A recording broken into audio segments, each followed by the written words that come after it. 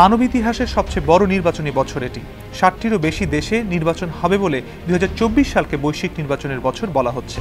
এরই মধ্যে ভারত, দক্ষিণ আফ্রিকা সহ গুরুত্বপূর্ণ বিভিন্ন দেশে নির্বাচন হয়েছে। এসব দেশের ফলাফলে দেখা যাচ্ছে কর্তৃত্ববাদী সরকারগুলোর জন্য নির্বাচন অনেকটা হুমকি হিসেবেই আবির্ভূত হয়েছে। যারা ক্ষমতায় পুনরায় আসতে পেরেছে তারা পেয়েছে আগের চেয়ে কম ভোট, কেউ আবার হারিয়েছে সংখ্যাগরিষ্ঠতা। বিশ্লেষকদের আশঙ্কা ২০২৪ সাল হবে গণতন্ত্রের জন্য এক দুর্ভাগ্যজনক পরীক্ষা, যেখানে অনেক সরকার ফের ক্ষমতায় আসতে ব্যর্থ হতে পারে। তবে ক্ষমতাসীনদের বিরুদ্ধে ভোটারদের কেন এমন ক্ষোভ? এর কারণ হিসেবে বিশ্লেষকরা বলছেন দেশভেদে নানাবিধ কারণ রয়েছে এই ক্ষোভের। বিগত বছরগুলোতে জনপ্রিয় ও ক্ষমতাধর অনেক শাসকই তাদের দেশের গণতান্ত্রিক প্রতিষ্ঠানগুলো ধ্বংস করেছে। সুষ্ঠু নির্বাচন নিয়ে সন্দেহের বীজ বপন করেছে। সামাজিক যোগাযোগ মাধ্যম ভোটারদের বিভ্রান্ত ও ষড়যন্ত্রের তত্ত্ব দিয়ে আচ্ছন্ন করেছে। গত ৪ বছরে ক্রমাগত বৈশ্বিক সংকট, কয়েক দশকের মধ্যে প্রথমবারের মতো ইউরোপে বড় আকারের যুদ্ধ ও লাগামহীন দ্রব্যমূল্য ক্ষমতাসীনদের বিরুদ্ধে মানুষকে ক্ষুব্ধ করে তুলেছে বলে মনে করেন তারা।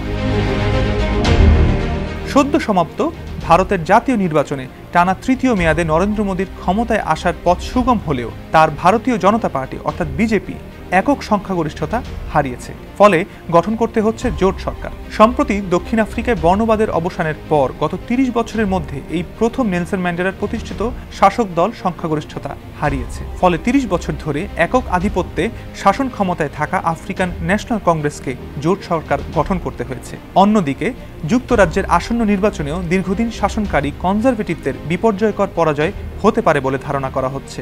মেক্সিকোতেও একই অবস্থা দেখা গেছে। ২০১৮ সালে ক্ষমতায় আসা আন্দ্রেস ম্যানুয়েল লোপেসকে পরাজিত করে গত রোববার প্রেসিডেন্ট নির্বাচিত হয়েছেন জলবায়ু বিজ্ঞানী ক্লাডিয়া শেনবম। তিনি দেশটির প্রথম নারী প্রেসিডেন্ট। এ বিষয়ে অক্সফোর্ড বিশ্ববিদ্যালয়ের তুলনামূলক গণতান্ত্রিক ইনস্টিটিউটের অধ্যাপক বেন অ্যানসেল বলেছেন, গণতান্ত্রিক দেশের শাসক দলগুলো যা চায়নি এমন ফলাফল এসেছে নির্বাচনে। তারা প্রত্যেকেই জটিল অর্থনৈতিক পরিবেশের কারণে অস্থিতিশীল হয়ে পড়ায় কর্তৃত্ববাদীদের মতো আচরণ করেও রক্ষা পাননি। মোদি ও এরদোয়ান দুজনই তৃতীয় মেয়াদে ক্ষমতায়, কিন্তু মোদির হিন্দু জাতীয়তাবাদী বিজেপি আসন হারিয়ে দুটি ধর্মনিরপেক্ষ দলের সঙ্গে জোট করে সরকার গঠন করতে হচ্ছে। তুরস্কের বিরোধীরা গত এপ্রিলে এরদোয়ানের জাস্টিস অ্যান্ড ডেভেলপমেন্ট পার্টির বিরুদ্ধেও বড় জয় পেয়েছে। স্থানীয় নির্বাচনে ইস্তাম্বুল ও রাজধানীর আঙ্কারার মতো গুরুত্বপূর্ণ শহরগুলো নিয়ন্ত্রণে নিয়ে নিয়েছে। অধ্যাপক অ্যানসেল বলেন, মোদি ও এরদোয়ানের উচিত ছিল তাদের যা যা অসম্পূর্ণতা ছিল তা দূর করা। অন্যদিকে কর্তৃত্ববাদের আরেক চিত্র রয়েছে রাশিয়ায়। দেশটির প্রেসিডেন্ট ভ্লাদিমির পুতিন গত মার্চে ৮৮% ভোট পেয়ে ফের প্রেসিডেন্ট নির্বাচিত হয়েছেন। বিরোধী দলহীন এই নির্বাচনে স্বৈরশাসকের ক্ষমতার কথাই বারবার সামনে আসছে, কারণ অনেকটা সাজানো ভোট ছিল এটি।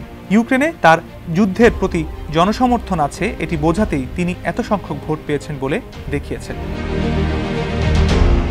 এমন আরও আন্তর্জাতিক সংবাদ ও বিশ্লেষণ পেতে ভিজিট করুন সমকাল.com। সেই সাথে ফলো করতে পারেন সমকাল ফেসবুক পেজ আর সাবস্ক্রাইব করতে পারেন সমকাল ইউটিউব চ্যানেল।